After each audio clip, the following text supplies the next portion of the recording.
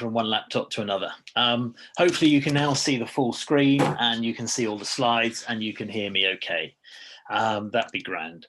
My name is Mark Orr of the UK and Ireland Spill Association, and the UK and Ireland Spill Association is the trade body for the marine and inland response companies in the UK and Republic of Ireland.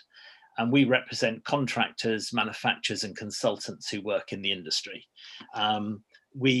It also runs our accreditation activities under its own scheme for inland oil and chemical spills, and we deliver the Maritime and Coast Guard Agency scheme for the accreditation of marine spill response organisations through its accreditation body, which is International Spill Accreditation Scheme. Well, welcome to this. I want to put a caveat in first. This webinar is not about a trade association saying what went right and what went wrong with this incident. It's too early for that, as the incident is far from completed, as we'll see. Our purpose is really to present the timelines, the action taken, and allow the audience to decide against their experience and training what may have been done better. I suspect that as very few of us were there, having to juggle conflicting priorities, working against the clock, lacking full information, we do not know the pressures involved in making decisions and taking action, no doubt taken at the time in the best interests of health and the environment. I mean,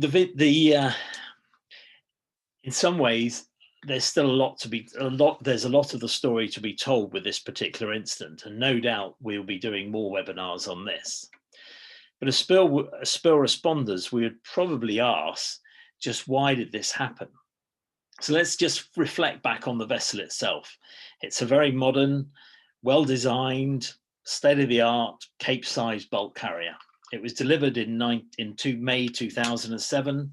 She's got a deadweight tonnage of 203,000 deadweight tons, a length of just about 300 meters and a beam of 50 meters.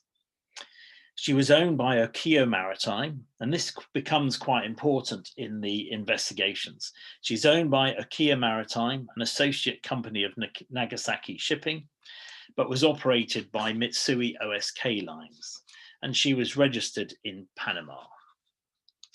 And over the last 6 months, as you can see on the screen, she seemed to be shuttling to and from Australia up into China, delivering iron ore. And yeah, at the time of the incident, she was sailing in ballast.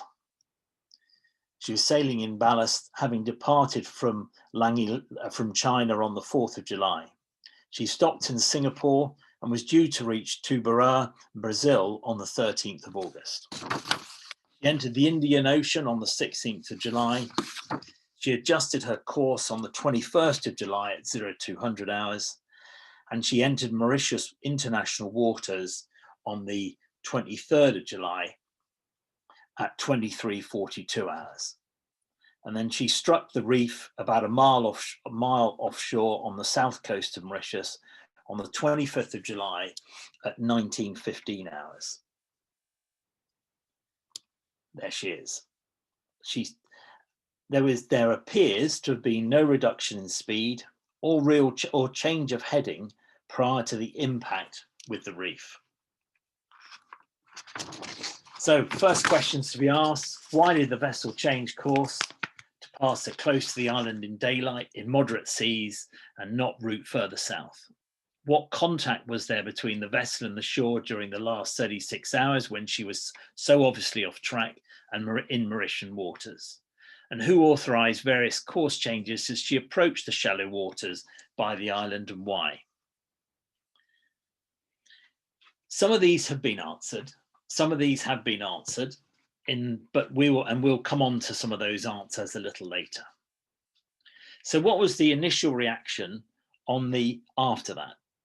So on the 28th of July, the Ministry of the Environment reported to the Mauritian Parliament that the vessel's hull was intact, which would make it easier to refloat, but the ruptured hose had flooded the engine room.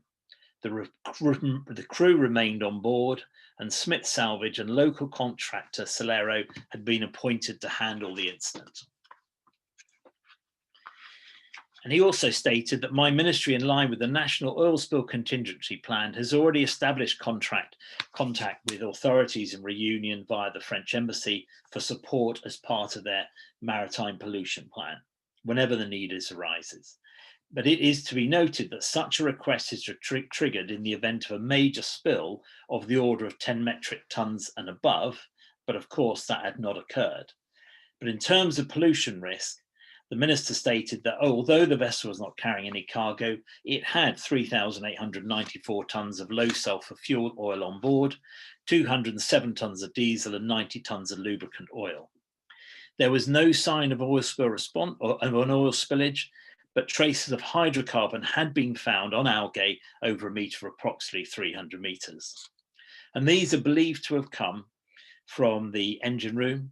In addition, booms had been laid as precautionary measures to prevent any oil spillage into the nearby Blue Bay Marine Park, a protected area a short distance from the grounding.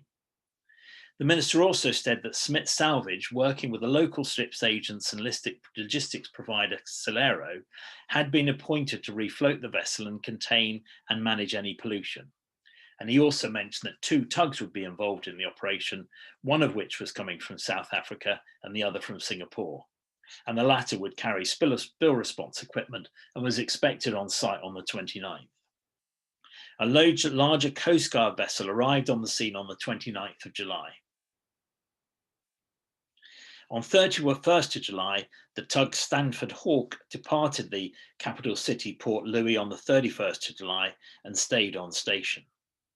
And on the 31st of July, a team of experts from Smith Salvage boarded the vessel to inspect it, assess the situation, organize operations to pump oil out of the vessel's tanks and refloat the vessel.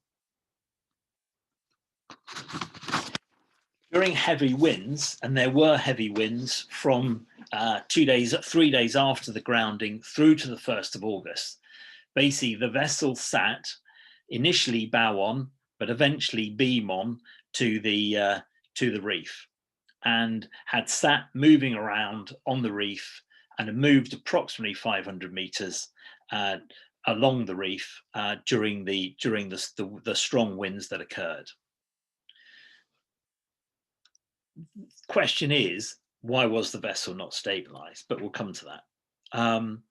The first oil was identified leaking from the vessel on the 6th of August. So we've covered some of this. So what attempts were made to stabilize the vessel, keeping the bow onto the reef during the heavy weather? What attempts were made to remove fuel from the lower fuel tanks to other compartments on that vessel that were less vulnerable to pounding on the reef? What was happening on shore? Was any preparation undertaken in case of a spillage taking place? And was the maritime pollution plan really rolled into action to protect vulnerable sites? And we'll answer some of those questions later. Now, so on the 6th of August, as we all sadly know, the vessel started to leak, and the leaks were coming from the bunker tanks in the stern part of the vessel. And it was estimated that on the 6th of August, approximately 1,000 tons escaped. And at that stage, all crew were lifted off the vessel. Note that the reason the breach was stated as the pounding that the vessel had taken during the heavy weather and the high waves. And it is interesting to note, and there is quite a graphic picture later, just the waves hitting the reef are between 6 to 7 meters. So pretty big waves. And this, being a vessel in ballast, was moving around considerably. And when Smith Salvage went on board on the 31st, they did ask for various ballast tanks to be flooded to stabilize the vessel, to try to protect the stern of the vessel. But a lot of this we don't really know the answers to. Now, what was the government reaction? Once the vessel had breached, on the 7th of August, the Prime Minister declared a state of emergency and a state of environmental emergency, and then requested French help. Now, it's important to note that in their maritime response plan, it required a spill of over 10 tons to trigger it going from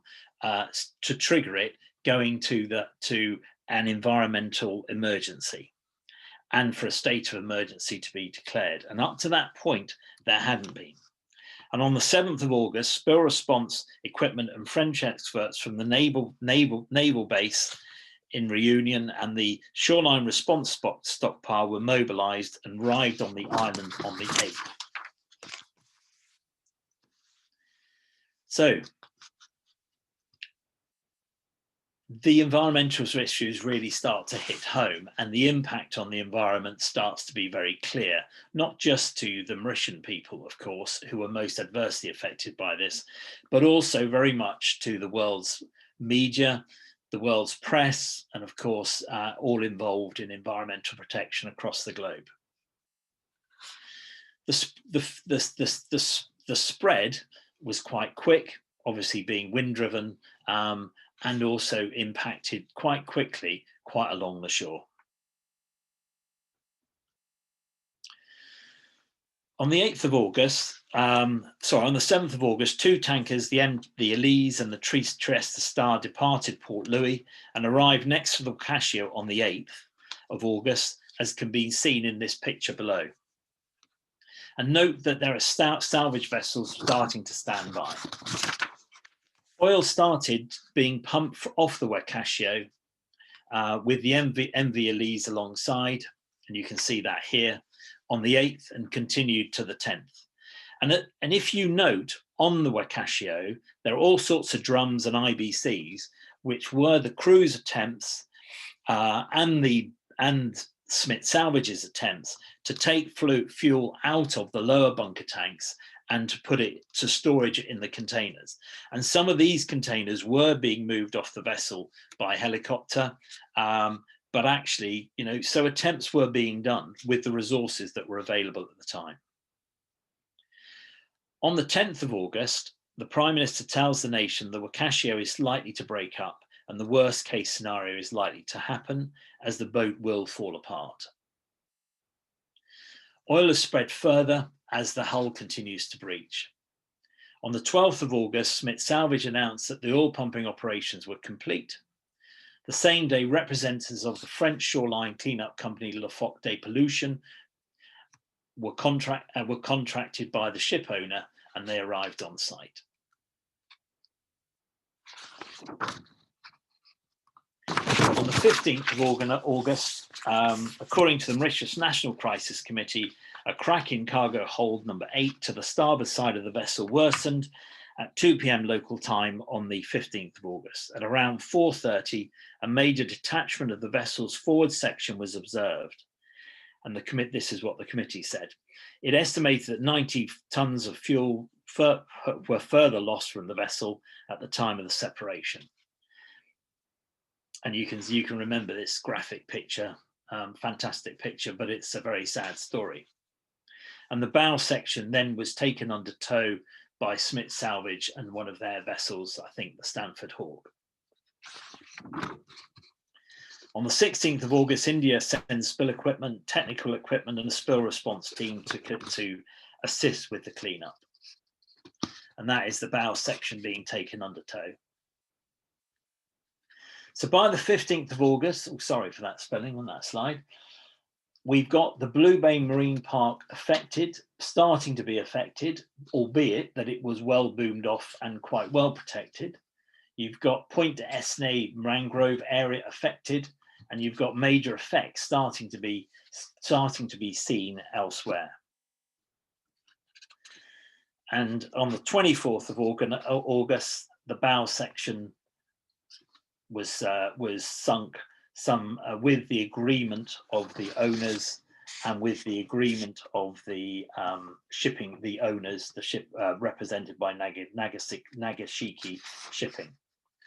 And their statement said, at approximately 0030 hours local time on the 19th of August, the forward section of the hull was successfully refloated and towed offshore to an area designated by the authorities.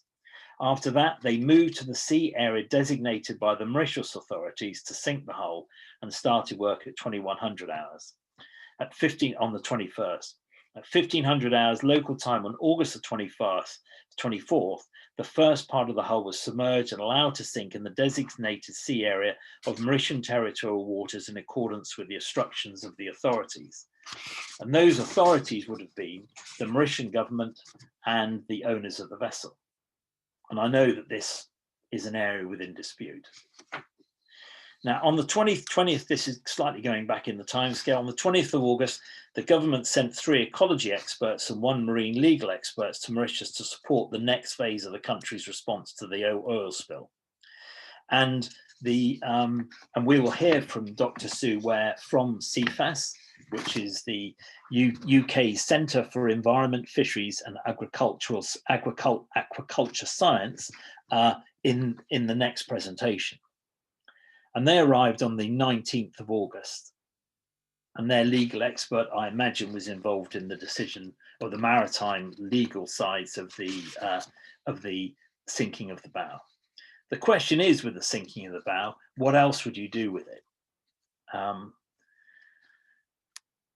Unfortunately, on the 26th of August, 18 dolphins and whales washed up dead on the Mauritian shores. And on the 28th of August, this increases to 39 whales and dolphins dead on the Mauritian shores. And the political impact of this starts to occur. On the 29th of August, there's around 150,000 people protest against the government's response to the oil spill and to its general competence. And these are replicated outside the world with Mauritians protesting outside their embassies. And sadly, on the 31st of August, the first deaths in this incident occur when the tugs Gaeton Duval, which is seen on the right, collided with the barge that it was towing and overturned, with 4 of the 8, well, now 6 of the 8 persons on board. 6 people died as a result of that incident. It seemed to have been routed to the east of the island, which was stormy at the time, and not around to the west. And one has to be sad about those deaths. And we'll hear a little bit more about the local reaction to this whole incident from Dr. Georgina Robinson, who is a marine scientist based out in Mauritius, who has been there and throughout this incident, throughout this whole period of time, and she'll report on the local situation. On the 9th of September, the Panama Maritime Authority, with whom the Wakashio was registered, their initial report was very critical of the level in the level of seamanship in the hours leading to the grounding. The vessel had deviated from its approved navigation plan, and the captain authorized the approach closer to the shore to gain telephone and internet signal. He, the first officer, and the chief engineer were on the bridge at the time that she grounded. So what is and I know that there has been dispute about the accuracy of that information which was released by the Panama Maritime Authority, particularly in respect of why she approached the shore, because apparently on board all of the vessels that Mitsui are involved in, the crew have complete openness. They are free to use the satellite maritime communications to keep in touch with home and also to access the internet. So there are lots of questions which still need to be answered on that. So what is the current situation out in Mauritius? So the stern section stays on the reef. A contract has been let for its removal to a Chinese company, and this is forecast to be completed by the end of March 21. The spill responders have made a lot of progress, and I'm sure some of you would have seen these images reflecting the quantities of oil which have actually spread upon the shore. And many of these have been issued by PolyEco, who seem to have taken the primary lead in the shoreline cleanup. Obviously, their priority has been to stem the flow of product coming to the shore, but equally, their priority was to capture that which was floating and then to deal with the shoreline cleanup.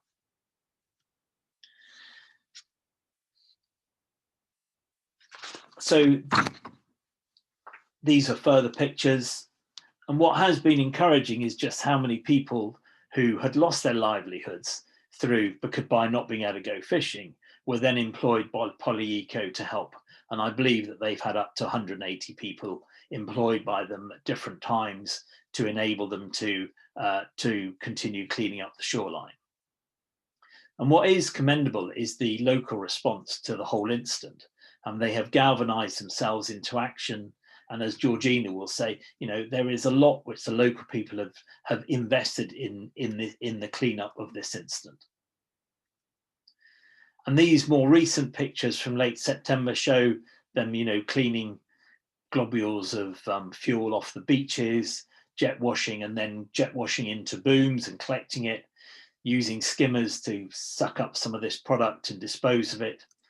I mean, and one can't underestimate the difficulty of waste management in this whole incident. Because if you imagine that if you immersed low sulfur diesel, which in itself has been difficult to recover from the water column, you're not just recovering one litre, you're probably recovering 10 litres of liquid to recover that 1 litre.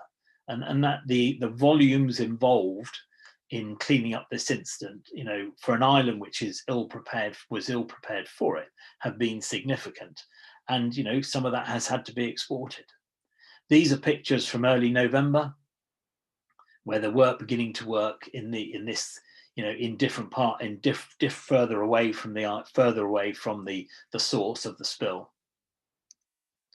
And these are pictures from a week ago, which shows that they have started to reopen beaches, and they've started to reopen some of the fisheries for the local fishermen. So to some degree, tourism is being able to, albeit limited, tourism is able to be starting again. And some of the fisheries have been reopened to enable people to get on with their commercial lives. Now, but the question we have to ask, and we asked, is where was the capability? It's clear, and this is one of the frustrations of the local Mauritians, is, the Mauritius has benefited from a reasonable amount of inward investment into its spill response capability, and was at many stages regarded as a beacon of excellence within the on the East African coast. So, they've benefited from quite a lot. They've had training, they've had equipment purchase, they've had all sorts of investments to help protect their blue economy. But there are some questions which, I think as the incident goes on and we start to reflect more, that the image that is presented, has what we believe to be going on, but what is actually fact. So there was a lot of press that the vessel was in fact a tanker, that she was grounded deliberately, that very little action has been taken. COVID, did it delay? How much did it delay response? I'm sure it delayed some of it, but it seemed to be quite quickly overcome. There was delayed activation of the oil spill containment plan, and the government were caught unprepared. Okay, on the other side of that, and I'm trying to look at both sides of the argument. Again, it's not for us to judge. Obviously, she was a bulk carrier, and what spilled was her bunker fuel. It appears to have been accident, possibly a human error, confusion on the bridge. Did they have a problem with their navigation system? But the incident seemed to occur on board, the incident caused by actions that were taken on board the vessel. Abandonment of the vessel was initially considered, but it was agreed that it was best that people stayed on the vessel. Once the salvage company had been appointed, which was very soon after the incident, by the owner, then really it was down to the salver to actually mobilize and control the incident. How much was the government really responsible for the actions that were then taken, when actually there hadn't initially, until the 6th of August, been a spill?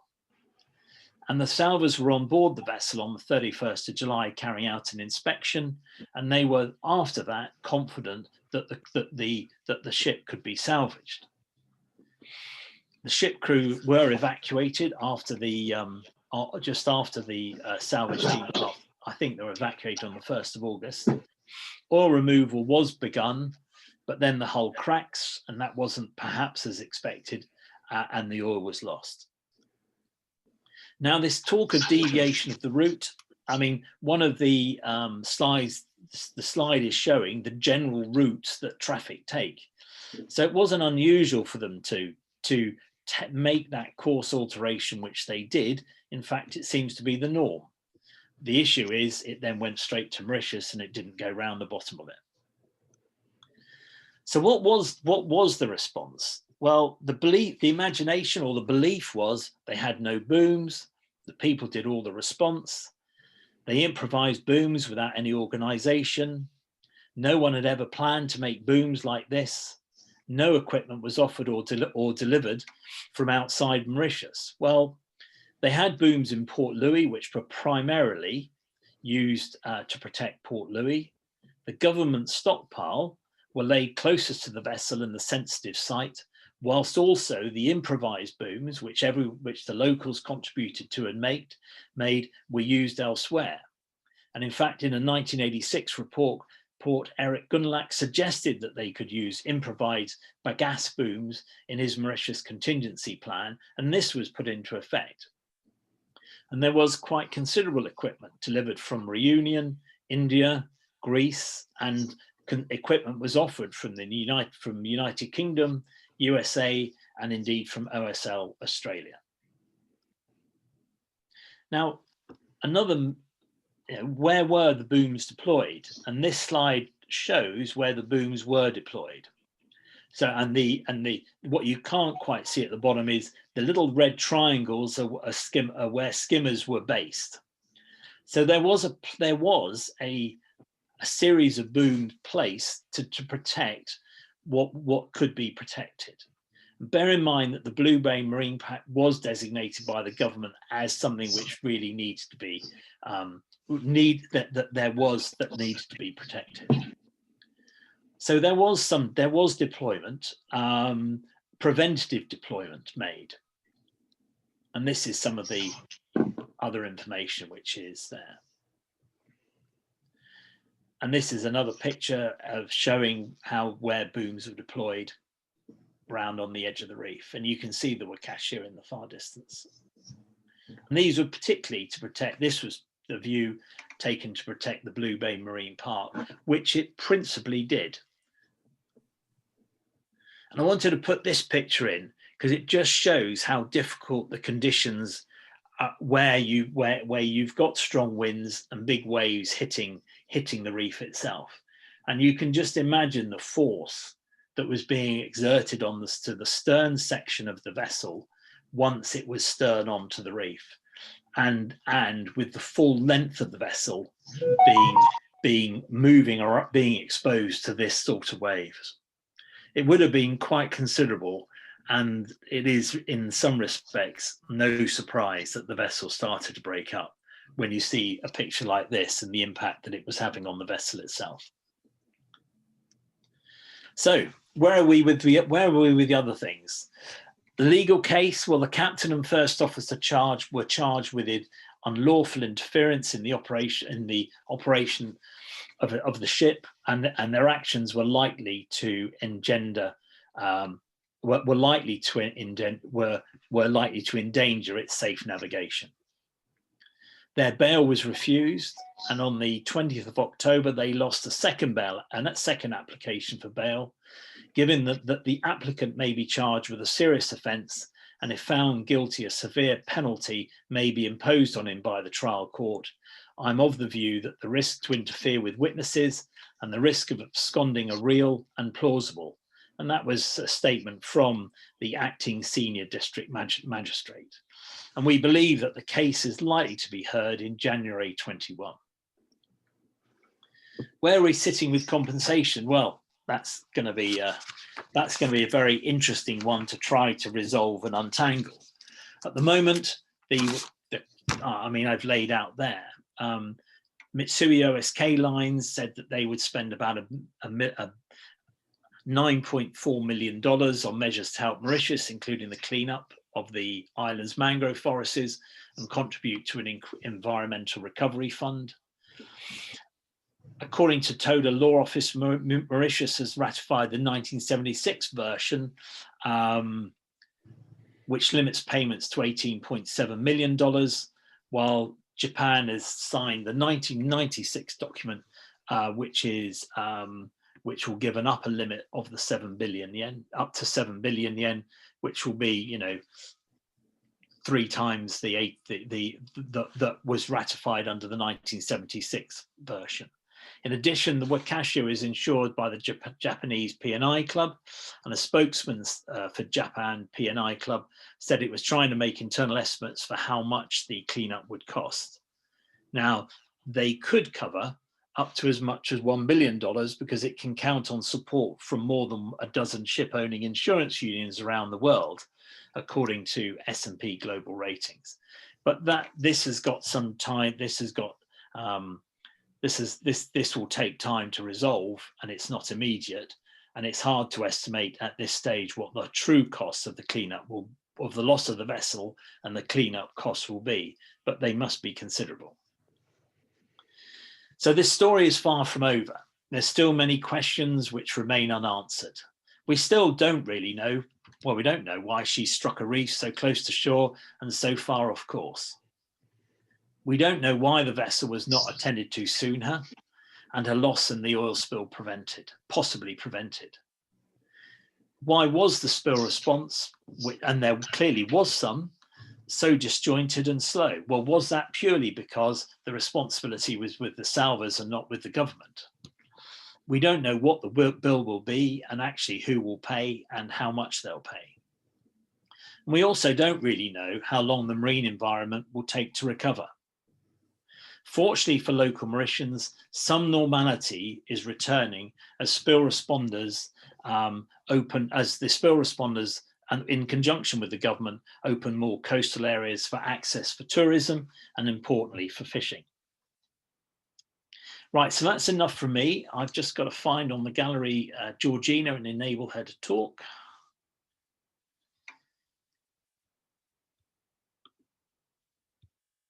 I'll hand over to Georgina Robinson in a sec. Hello, Georgina. I'll unmute you.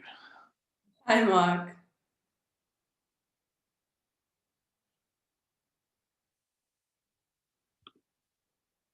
Hi, Mark. Can you hear me?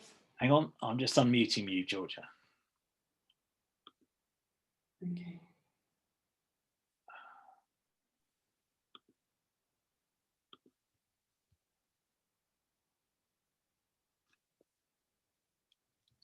Mark, I think everyone can hear me. I'm getting messages in the chat. Georgina, can you hear me okay? Yeah, I can hear you loud and clear. Right. Can everyone else hear Georgina? Can somebody just let me know that they can? Yep, they can. Yes.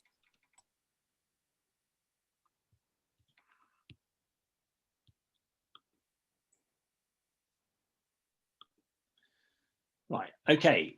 Georgina, can I just check that? I just want to check on chat that.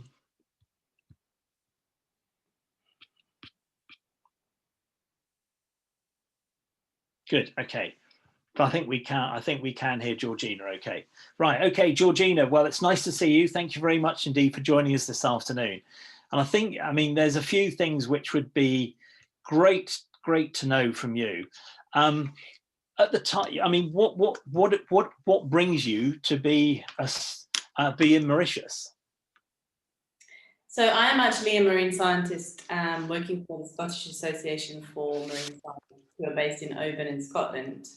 And I was already based in Mauritius when I started working for SAMS. I started working as a postdoctoral assistant in tropical ecology, part-time 2 days a week. But I've spent most of my career working in the Western Indian Ocean, Indonesia, Madagascar.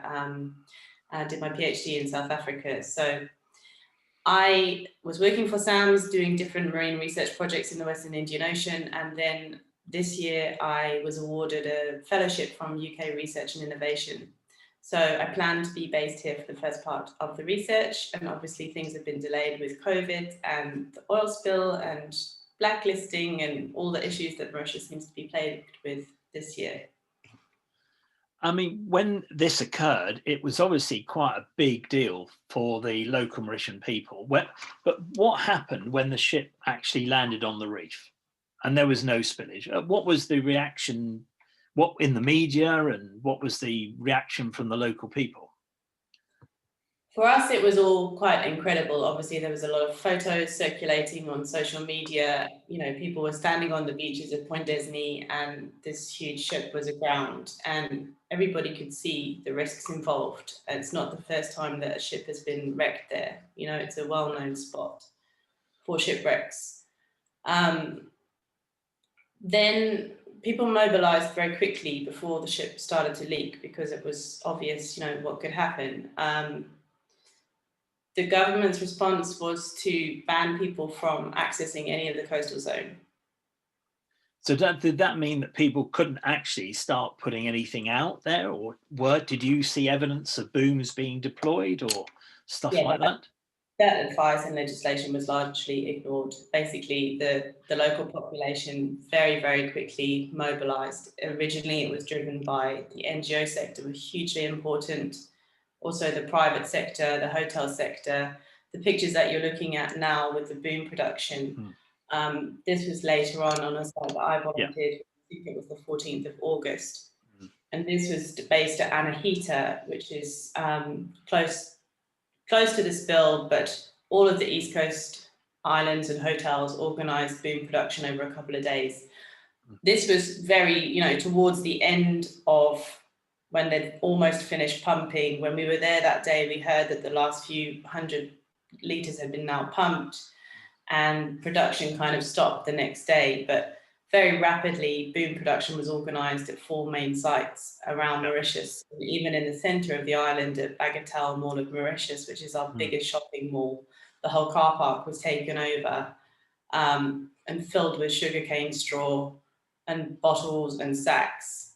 I mean, there was a lot of community mobilisation. The NGOs were amazing, very rapidly organised crowdfunding campaigns. Different organisations organised hair collection drives. I mean, in retrospect, I'm not sure how much of all of this was very useful. I know that what Matthew told me was, you know, rescuing the booms and getting them out after they soaked up all of the oil was heavy, but it just seemed, for everybody living in Mauritius when it happened, it seemed like nobody was doing anything about it, and everybody just wanted to help. Great. And I mean, I'm just going to play this little clip because it just shows the enthusiasm of everybody.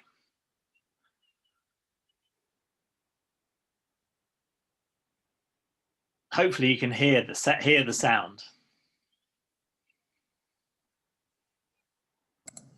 No sound. Oh, okay. Oh, well, that's a shame about the sound, but anyway, I'll just click on to the next slide then. But basically, it did seem to be it seemed to mobilize a huge amount of public local effort into trying to respond to the spill. Would that be true, Georgina? Yeah, absolutely. I mean, the calls at the start were for different things. Some people, like I said, organised hair drives. People were going and getting their hair cut. Other people were calling for donations of wetsuits, because the divers that were in there trying to recover and pump out oil from the, you know, they were obviously ruining wetsuits. There was calls for towels to help clean up marine creatures. There was lots of different things happening and crowdfunding campaigns organised. I'm not sure at what stage the picture that you're looking at was taken. I think that this will be I think possibly once the I think this came fairly early on. And is, I think, a mixture of local people and a couple of NGOs who are helping to clean up the oil spill just on their own initiative. Yeah, absolutely, and people were pioneering and inventing, you know, their own type of skimming devices. It was, you know, innovation really kicked in, but the community spirit, and, you know, Mauritius is a melting pot of different nationalities and races and ethnicities and religions, and everybody pulled together and really had an amazing response to it. Yeah, and these are just some of the pictures of which I think you sent me of some of the homemade booms being deployed and local fishing boats taking them out, just in an attempt to just contain and just protect their homes, really, or their coastlines. Yeah, absolutely. I mean, the whole island mobilised, but the Fermarie de Mailbourg, the commercial fish farm, which is kind of like halfway between Île aux Cerfs and where the spill happened, they did their own boom production and protected all of the finfish cages. And they've got 1,500 tons of fish at sea. and has that remained protected, and has it been affected? I think the oil was visible for a day or two, and really, yeah, residues are on the shore. When I drive past, I see the flock doing the cleanup in the mangroves, but yeah, they were quite lucky. The main impacts, the main issues at the very start were Île aux Éclats, which concern, where Mauritian Wildlife Foundation has done an amazing series of conservation and restoration projects to protect endemic species of fauna and flora. And is that the little island which is just sat behind the Wakashio? Yeah, if you picked a place in Mauritius to have an oil spill, that would have been the worst possible area with so many protected areas. You've got Ramsar sites, you've got Blue Bay Marine Park, which they protected very early but wasn't impacted because the Île aux Éclats, that island, was in direct flow, and they evacuated birds and reptiles. And when the spill occurred and the state of emergency had been announced by the government, was it the government who were coordinating the response, or was it who was coordinating the response? Well, that took me a little while to find out, because I did make quite a few phone calls, and that's when I actually got in contact with you, Mark, because when the state of emergency was declared, France responded and Reunion sent equipment and expertise. And I'd been away for a couple of days and came home and was reading the news, and there was a general criticism in the news that nobody was assisting Mauritius, particularly African countries in the UK. So I thought, well, this is ridiculous. What can we do? And so that Friday I phoned you up and I said, I'm a marine scientist. I have a little bit of expertise with bioremediation, not a huge amount, but is there not like microbial based products or different things that we can get in? And we spent the day planning to mobilize a team of experts from the UK. Yeah, and I think we had 6 people who could go virtually immediately. Yeah, that's right. But by that time, within a couple of days, we already had 97 experts here. So we went from nothing to a huge amount, a huge pool of international experts arriving. Like you said earlier, the COVID situation was dealt with. They were sort of quarantined in their hotels and under strict instructions, to just stay within the Blue Bay command center. So, phoning around and asking different people, I phoned the British High Commissioner, and their opinion, they were being informed by Matthew Somerville from UNDP. And at that point, it was deemed that we had sufficient expertise and sufficient equipment. And, they were waiting for updates on that. The Prime Minister's office was like, thanks very much, but I think we've got, we're okay. Ministry of Environment, Ministry of Blue Economy, you couldn't even get hold of. So at that stage, it was, was the void filled by the NGOs in that respect, or by the spill response experts, and were they presumably were just talking together and working out how best we can get on with things? Exactly. But when I first phoned you and you told me there was a couple of 100 tons of spill kits sitting in Port Louis Harbour, that was just shocking to learn. And I don't know quite exactly where it's all gone or what's happened, but to know that there's been millions of dollars spent by the World Bank on projects to prepare Mauritius for an oil spill, and this response is just it's a prime example of inertia and indifference and incompetence. And I'm sorry to say it, but Mauritius has been very much under the spotlight for and is that why there's been the political fallout? Yeah, absolutely. And it's people have been, like you explained earlier, people have been taken to the streets. The protests started very quickly, up to 150,000 people in Port Louis. There's been regular protests in Marburg. There's been protests all around the world, calling for the Prime Minister to resign. There's been so many questions unanswered. There's been so many conspiracy theories circulating around it.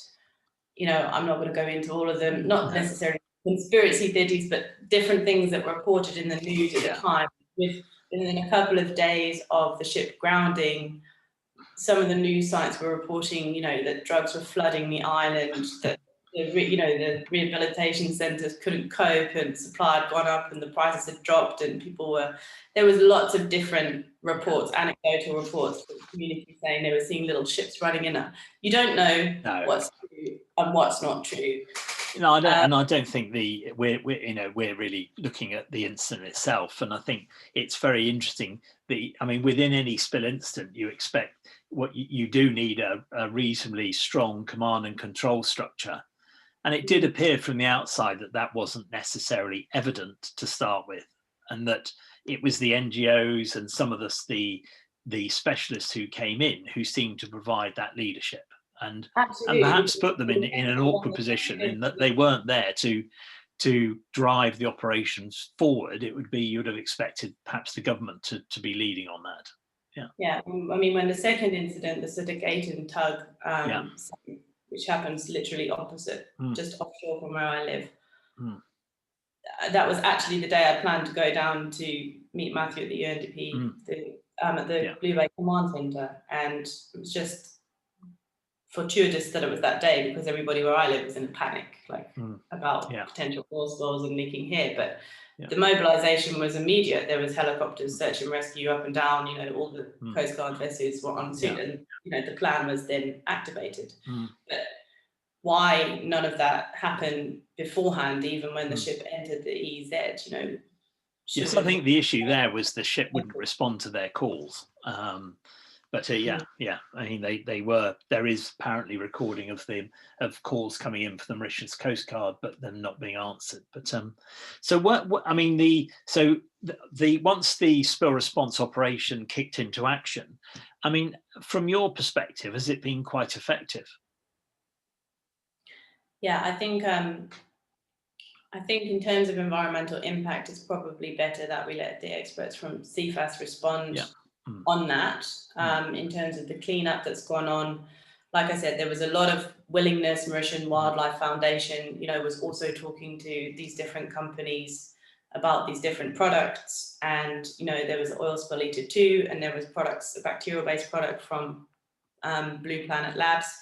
We had samples on site. We could have done simple demonstrations to show that it worked, but it wasn't ever authorized to be used here.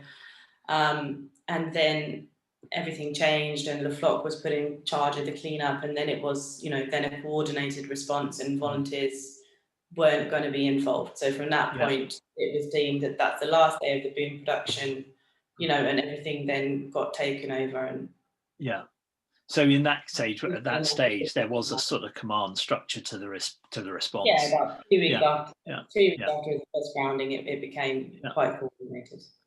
And how is the economy now? Are things getting back to normal?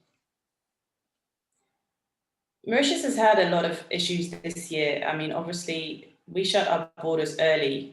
So COVID, we've been very lucky with COVID. Until 2 weeks ago, we hadn't had a local case of transmission until the 26th of April. So while we were in lockdown until early June, our borders are still essentially closed. We're open to long-term tourists, people with permit holders coming in, but you have to go into a mandatory 2-week quarantine, which costs £1,000, and you can't leave your hotel. So although you're saying that tourism is resuming, there's no tourists coming. It's people like me that are making the most of the hotel offers. And like you said, the beaches have only just been opened in the last 2 weeks. If you go and try and stay in Shangri-La, in Le Toussac and Île aux Cerfs, you're told that you get all this access to private island in the lagoon and the water sports, and when you arrive, they say, sorry, you can't go in the lagoon because of the Wakashio. That was up to 2 weeks ago. So the livelihood impact has been very important for the fishermen because this whole area has been closed to fishing. There's been some resentment because the fish farm has been able to continue operating. Yeah. But because we've had, COVID and our borders have essentially remained shut to tourism, the economy is in a very bad shape from that. We've also been, we had the blacklisting from the EU, which was confirmed on the 1st of October, and probably we won't get off that until What is the blacklisting for? Money laundering and terrorist finance. Oh, right. Okay. Right. Okay. Well outside the scope of this webinar then. I mean, on the island, I mean, this spill generated huge amounts of waste. I mean, in terms of booms and liquid. I mean, what happened to it all? Where did it all go? I think there's some questions in the chat about that. I'm just seeing now. Yeah, that's why partly why I'm asking the question. I honestly, I haven't followed up too much about that. No, fine. But so when you drive around the island and take your son off to the beach, is it okay to go swimming now? No, it's fine. It's fine. It's good. Honestly, they predicted it would take 10 months to clean up. Yeah. Some of the pictures you put in the slides where they're jet washing off the concrete piers, that's in Mayerburg. Yeah. You're not driving around and seeing big areas of black. It's the mangroves that will be, the most delicate, sensitive areas to that will take the longest to clean up. Yeah. Okay, and are the mangroves being cleaned up? I mean, there seems to be quite good communication between Polyeco certainly and the local press and the local people. Do you see that as someone who's resident there? Yeah, I think so. Yeah. Yes. Well, Georgina, I think it's been invaluable having that. I mean, how has your work been affected by this? I mean, from a marine science point of view? No, because my experimental work has been delayed for different reasons, mainly COVID, and obviously different authorities have been involved in responding to this, and some things have been slowed down, and the blacklisting has, increased the kind of level of due diligence paperwork needed before we can bring UK funding in. But because the fish farm was in a very sensitive area at one point, yes, I was concerned. Yeah. But because my research was planned to be completely shore-based, we could have moved on to full recirculation to avoid the impacts. It's more, the impact on a local business is huge. They've got 1,500 tons of fish at sea. They've already been not able to export the fish since March because our borders are essentially shut.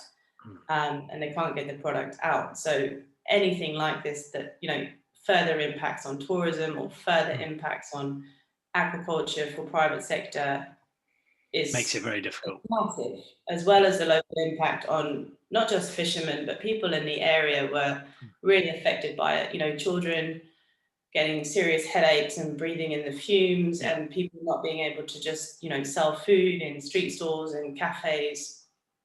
Those are the types of things that you don't really think about, but, completely shutting off that area for this amount of time also has an impact on, health and well-being. If you go down to the beach on a Saturday or a Sunday, all of Mauritius is on the beach, having fun with their family, and people haven't been able to do that.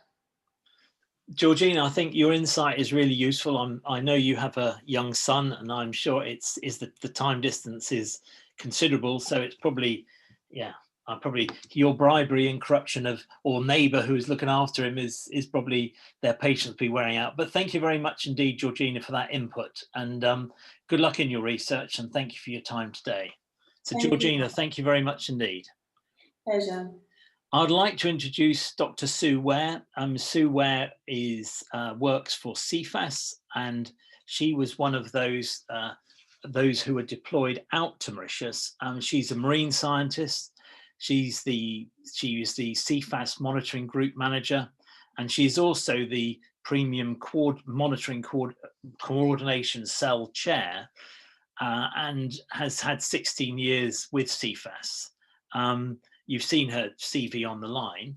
Sue, I just need to pick you out and we need to screen share with you. So I'm gonna, are you able to see me and screen share?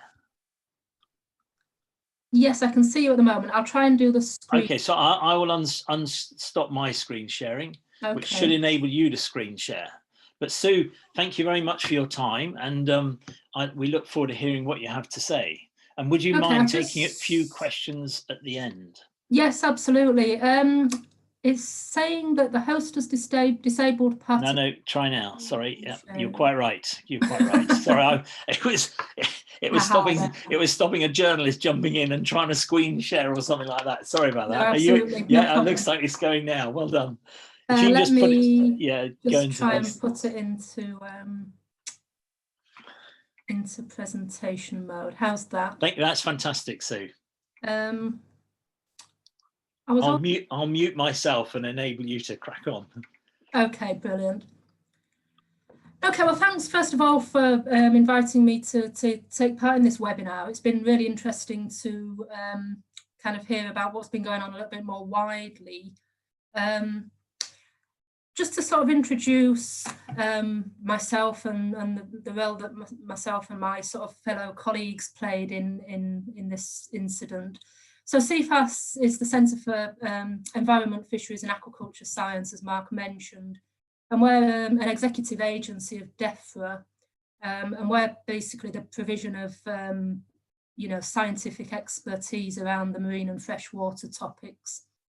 Just to switch on to the next one, this gives you a bit of a broader insight into some of the areas that we work in, and as you can see, it's really quite variable. We do all sorts of things from making sure that our fisheries are sustainable and that they're monitored and assessed and managed in a sustainable manner. We work with other conservation organisations within the UK and beyond around marine biodiversity. We've got a big climate change topic that we feed into at the moment, naturally so.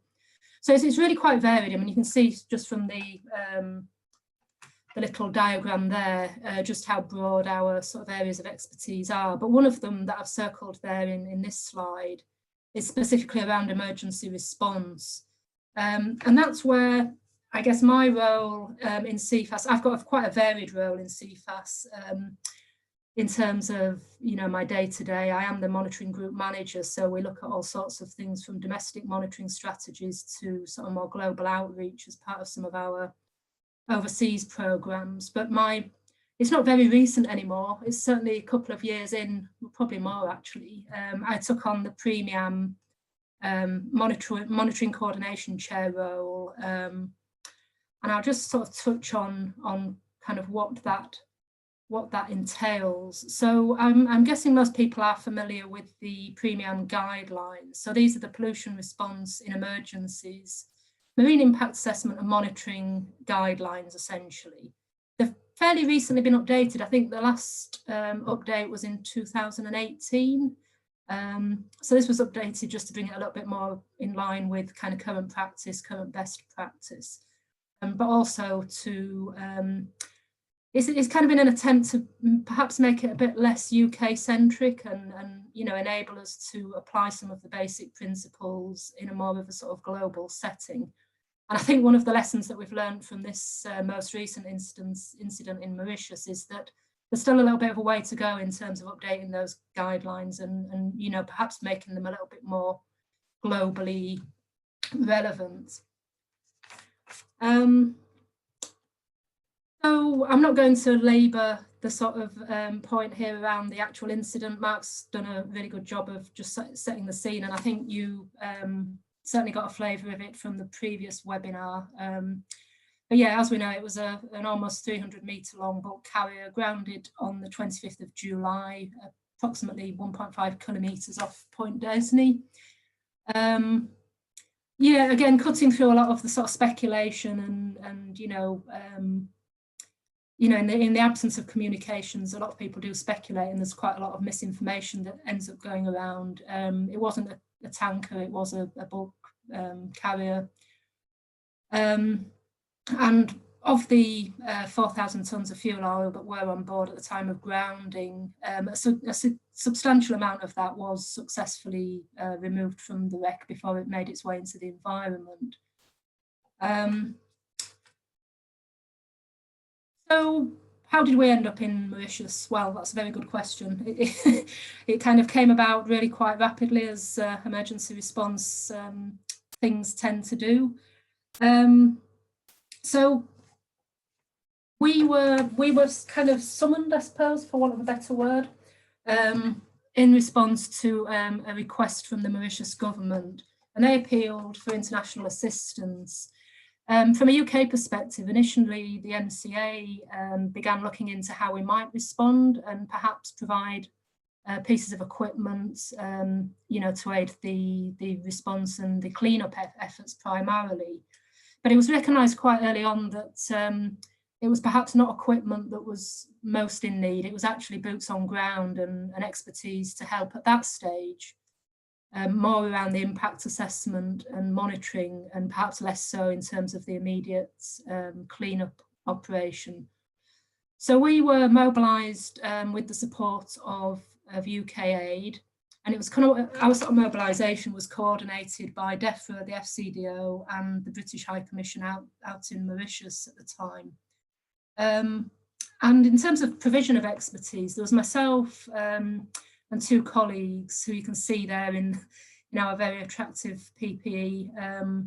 So on my right, there's Michelle Devlin, who's an expert in, well, coral reef ecology, but also she's one of our chief kind of water quality experts. And then the other colleague who joined me in country was Philippe Basouda, and he's an analytical chemist. So he was really important in you know, providing expertise around some of the analyses and kind of laboratory processes. And then the other person who joined us wasn't from CFAS. He was a master mariner, and he was employed to assist with some of the advice around the salvage operations and decision making in that respect. So what did we find when we got out there? So it was a very rapid, I remember the sort of weekend that led up to our deployment. And I mean, basically the ask came to me on the Sunday, I think it was, that preceded the Wednesday, the 19th, that we actually made our way out into Mauritius. Of course, these things always require a lot of logistical considerations, but with the backdrop of COVID, you can imagine that was even more so. So we had to seek permissions, not just in terms of our own organisation, but in terms of kind of UK government and DEFRA for us to be deployed in country. At that time, we didn't have any foreign travel policy in place, so you know, it had to be a really quite special provision that was put in place to allow us to attend. And of course, that required various mitigation measures to be put in place. So we were all COVID tested before we set off to the airport, and we were also COVID tested on arrival into Mauritius. And as Georgina mentioned, there was some, quite rightly so, some pretty stringent quarantine measures that we all had to adhere to. And it was only until, so in the first 14 days that we were in country, we weren't able to roam freely. Any movements beyond the hotel was under the supervision of the Ministry of Health. So we always had a minder accompanying us and making sure that we were staying within the guidelines or the requirements of quarantine. And yeah, in amongst that, there were frequent temperature checks and COVID tests along the way. So anyway, we managed to navigate through the logistical challenges, and we made it across to Mauritius on the 19th of August. When we arrived there, we were pretty much thrown straight into it. So we were taken, once we'd had our negative COVID test confirmed, we were taken to the command centre just off Blue Bay. And it was there that the expert groups that were already in country were convening on a daily basis. And at the time of our arrival, there were already a number of expert groups in country, some from Japan, some French experts, there was an Indian team, and then of course the the in-country Mauritius experts that were working to coordinate these efforts. But initially it was quite evident that there was a real lack of coordination and integration, particularly around the monitoring to support impact assessment. So there was a lot of really good work happening, but it was kind of happening almost in isolation. And there were many tasks that really needed attention. So it wasn't just about an environmental impact assessment. It was also looking at, socioeconomic aspects of it and how the two different elements of monitoring and assessment would feed into each other. But our input was primarily around the environmental monitoring topic, which is, the bit that we do have the expertise in and something that we can offer assistance around.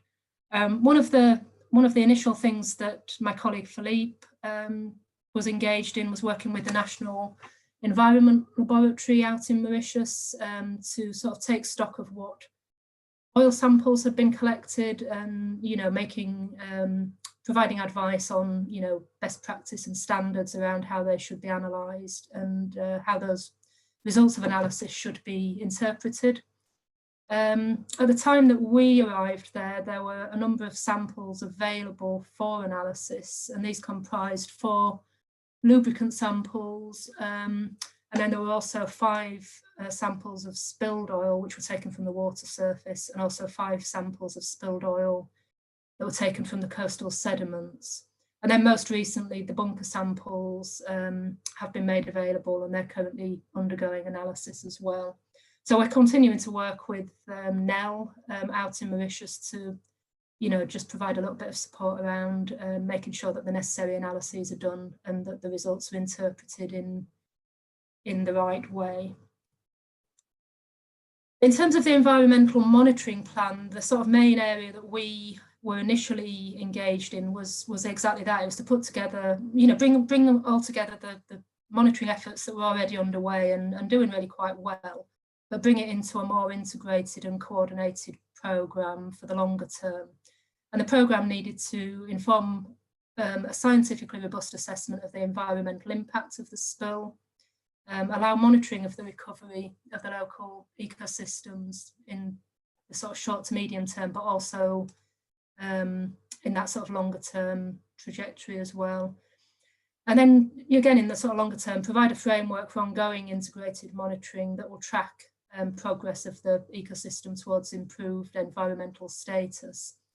And this is fundamental because it needs to feed back into an adaptive approach to monitoring that will then be effective in informing what and where and how restoration techniques might be applied as required. So the principles for monitoring and assessment that we advocated were really in line with everything that's contained within the Premium guidelines. So most people would be familiar with the sort of general phases of this sort of framework. So, initially we need to establish what the footprint of impact is and what are the likely receptors that are going to be subject to that impact. So, one thing here that's crucially important is having some accurate model outputs for the freight and transport modelling for the pathways of the oil and where it might end up in terms of the environmental endpoints. There was a little bit of complexity around that. There was quite a bit of modelling going on, but getting access to the outputs on a regular basis was quite challenging.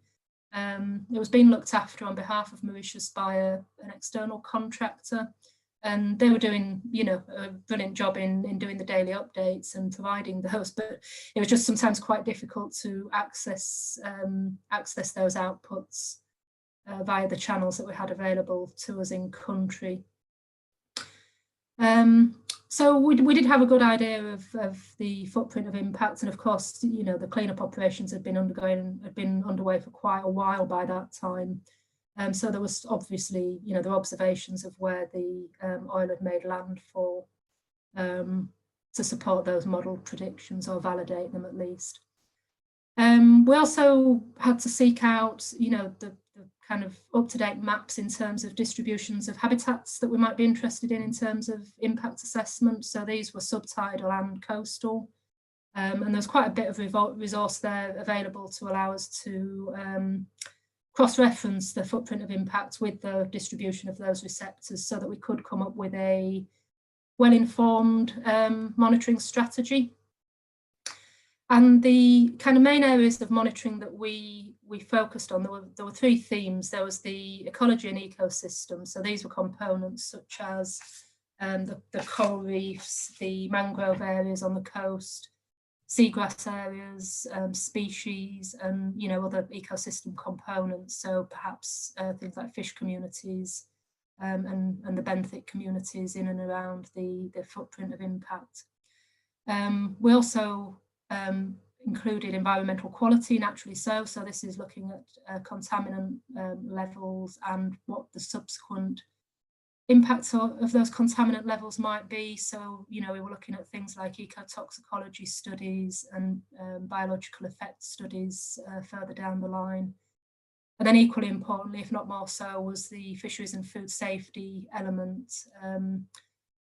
And, you know, that was crucially important from a socioeconomic point of view as well, in that the sooner that we could provide some reassurance, or the authorities could provide some reassurance that fisheries and aquaculture facilities could reopen, then that would be, you know, the best outcome.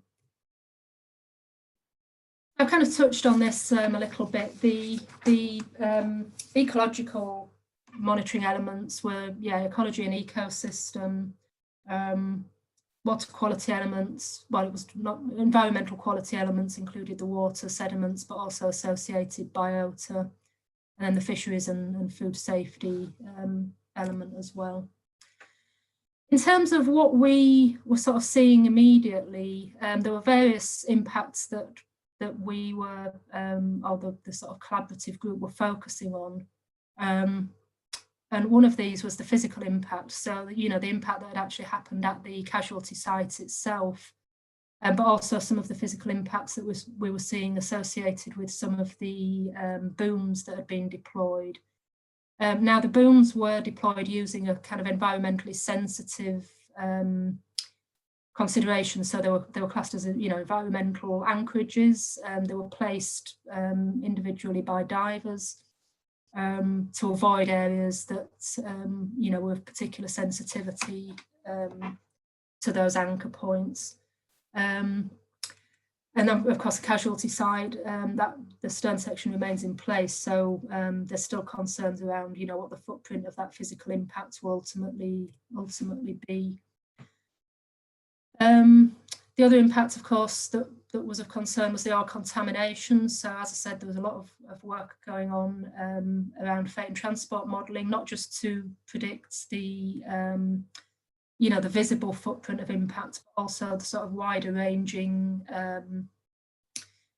less visible footprint that might be more persistent around PAH contamination and the like. And the little diagram that you can see there, this was just a diagram that was provided by or an illustration that was provided by the cleanup companies, and it was used by them to prioritise their cleanup operations and make sure that the areas of most concern were prioritised over some of the less heavily oiled areas. And then the ongoing one that perhaps hasn't been picked up and mentioned too much is, you know, given that the stern section of the wreck is still in place and still moving reasonably to a reasonable extent on the reef where it rests, there is this ongoing sediment plume that's being generated, and naturally, you know, it takes the same footprint really as the original oil spill did. The prevailing conditions are taking it kind of up into the north there. So there's work to be done, ongoing work to be done, whatever that, you know, that stern section remains in place. There's going to need to be some quite close monitoring of potential impacts on the coral reefs within that footprint of increased turbidity.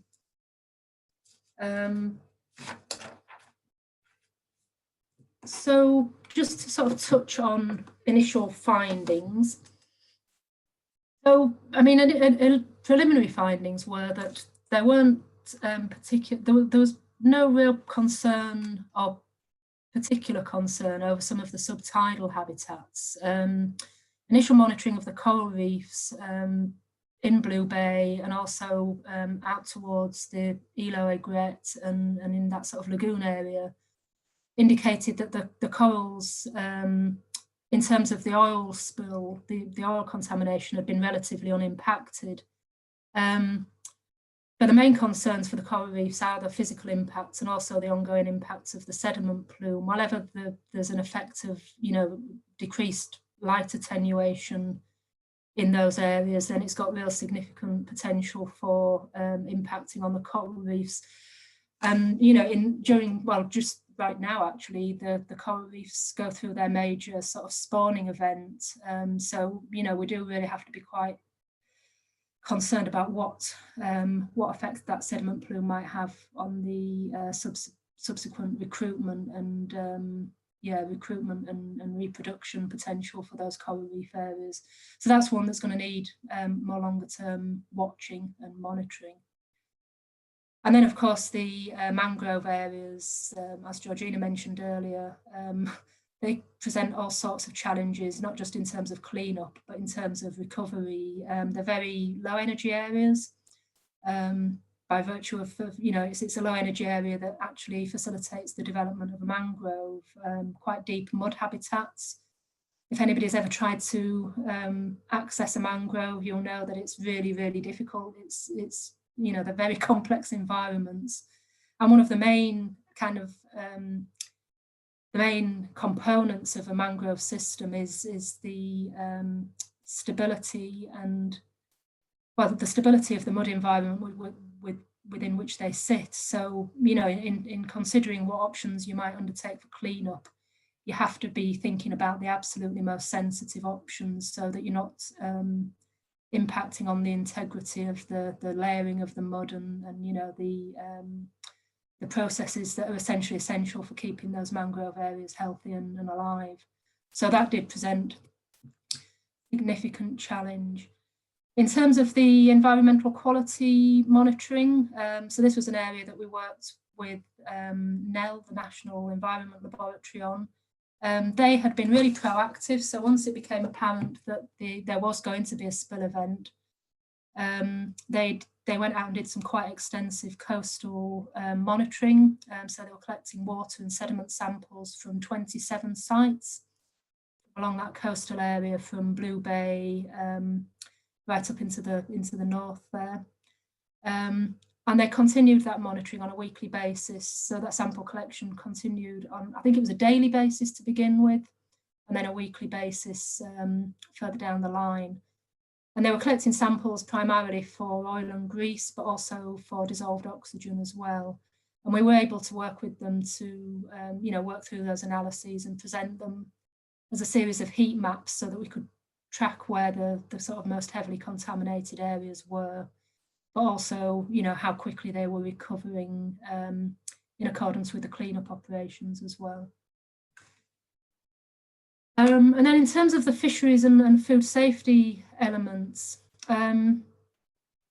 we worked with, again, it was a different organisation in this respect. It was working with the Albion Fisheries Research Centre, who were doing a lot of the commercial fish sampling, to kind of develop a food safety standard or food safety guidelines. And we sort of used the approach that had originally been developed by the Americans in response to the Deepwater Horizon event, whereby we look at, average consumption rates of in this case, Mauritius, and then you use that to allow us to come up with some guidelines around what would be safe levels for ingestion or levels of concern in that respect. So that was an area that we kind of fed into as well, and they will be using as part of that integrated assessment to sort of track levels of concern, but also guide and inform on when fisheries and aquaculture facilities can reopen.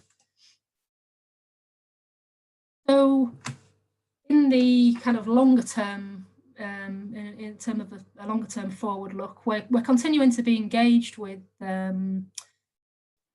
the various organisations and authorities out in Mauritius. We're providing, you know, at the moment it's still weekly, almost daily support in getting the monitoring programme implemented, and also helping put together, you know, the information that's needed for the claims process as well. But then in the sort of in the much longer term, we've talked already earlier about you know, the real need for preparedness planning, and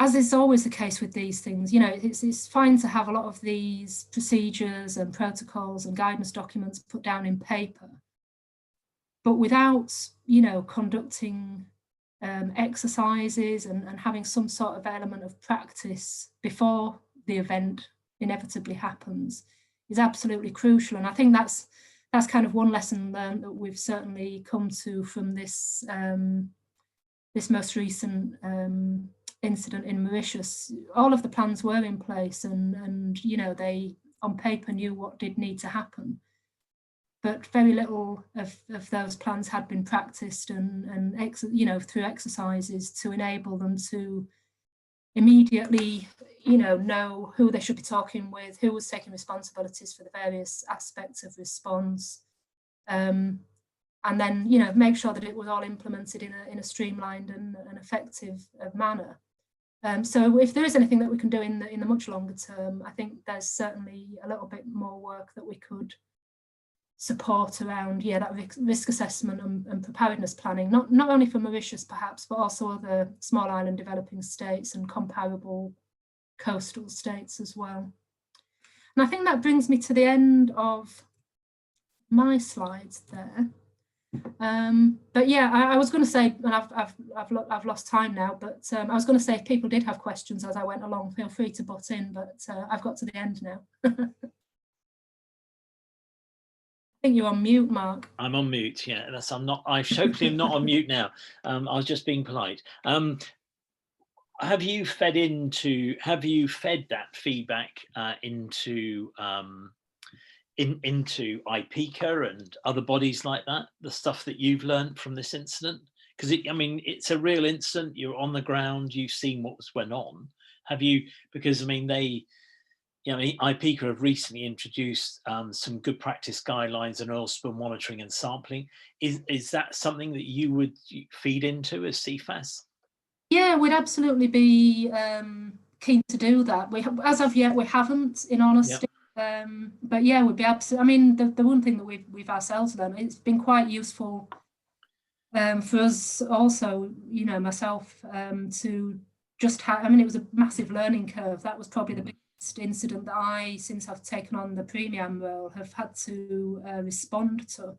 So there's lessons to be learned, not just in terms of Mauritius, but yeah, much more widely, and also to feed back into the sort of domestic UK response as well. Yeah. Really. So yeah, anything that can be done to act on lessons learned, we'd be very, very keen on being involved with. Great. Okay. Well, Sue, thank you very much indeed for your presentation. It's really great, and thank you both. Thank you very much for your time. I've just got a few slides to finish off with, if I may.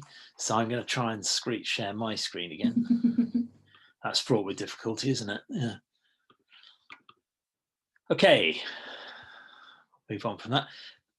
So we've asked a few questions along the way. And I've asked some of the ones which have come up within the chat. I would say that somebody has very, very kindly been sending some stuff about on the chats about what has been happening in Mauritius from a local perspective. And I would ask, would ask them to reach out to me afterwards, because I'd love to talk to them about what the current situation, and to create that dialogue between us and yourselves out in Mauritius, so that we do get an accurate picture and we can tell the true story of what's going on out there. I'd like to express our thanks to our presenters today, to Dr. Georgina Robertson from the Scottish Association of Marine Scientists, of course to our last speaker, Dr. Sue Ware of CFAS, A recording of this event will be available on www.ukspill.org in the next 48 hours. Our next webinar, formally our next webinar, will be on the 26th of January and will be about types of marine booms and when to use them, and from a manufacturer's perspective, but also from a responder's perspective. And Vicoma are going to contribute to that, and NRC are also going to contribute to that. So I think that will be a really interesting one. I suspect we've done part 2. There's definitely going to be a part 3 of this, and I suspect by February we'll have more of a picture. And to all the participants who participated today, thank you very much indeed for participating. And you know, we would welcome any feedback. We're relatively new to doing these sort of webinars, and there, you know, our role as a trade association is to share information so that, in a sense, everyone in the spill industry is better informed. But I'd like to thank you very much for attending, and have a good evening, and may the debate continue. Thanks very much indeed. Goodbye.